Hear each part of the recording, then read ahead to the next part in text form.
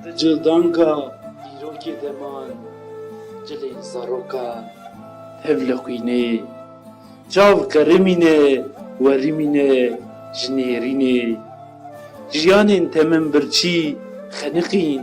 çiya kirin gola xwînê li kêleka çiyayekî hêvî şikestî helbestên kelegirî tomar dikim ji 34 stêrkên birînên wan nekomkirî re ev çi berfek bedew e li kendalên dilê te roboskî hevokên helbestan xwe dişewitînin ji kerban hûn jî rewiyên rêya dîroka bixwîn avav û kalan û ciwanmerdan di reşika çavên xwemamî de şopên sor yên neşuştî heye çavên hêvîbar di kemînên tarîgewrka êvarê de ketin ferqa dêleguran îşev dîsa birînên min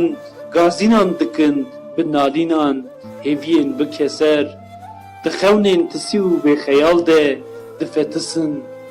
li lingê axek kezevşewitî şil dibe bi rondikên helbesteke li ser pişta hêstiran 34 qîrînan sor kil dida çavên berfek fedîkar rû reşe şev hemû çiya dar û zinar semah girtiye 34 stêrkan li asîmanan roboskî